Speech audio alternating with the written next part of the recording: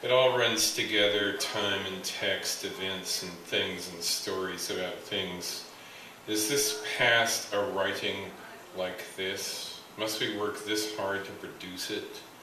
What about all that's never been told, like when Julia told you I'd been smoking and you sat me down in the kitchen and gave me a good talking to, told me stories about the abject misery of smokers, old men who smoke through holes in their throats, and all the while Pop's talking, I can see Jimmy Ball through the window over your shoulder.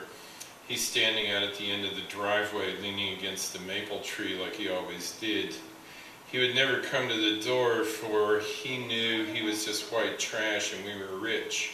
But he'd lean against that maple that was covered with honeysuckle. It was Jimmy who taught me how to suck the honey out of the honeysuckle. And he would stand there and blow through his fists, making that great low-pitched whistle, and I tried to whistle like that, but never could. But he knew I was in trouble that day and was just waiting for me to come out. And I told him that I hadn't been smoking, that I didn't smoke, that it was all Jimmy. Jimmy Ball had been smoking, but not me.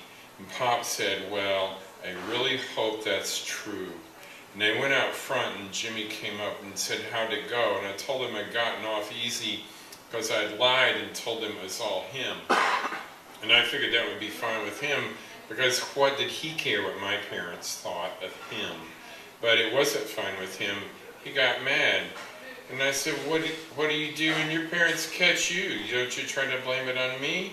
That would be fine with me if you did blame it on me. And he said, no, I always say me and Bill both did it. Every time, that's what I tell them. And he stood up, and for the first time I was scared of him. And he said, that's no good. And then he walked out the driveway and down the dirt road to his family's shack. And he and I were never friends again. And he got meaner and meaner until he and his big brother would chase me and Johnny or throw rocks at us whenever we walked by.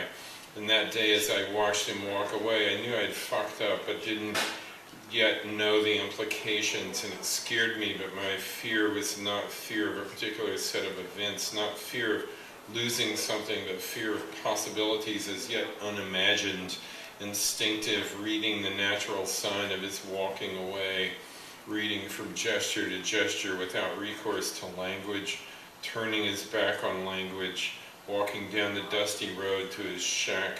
I'd hardly been inside it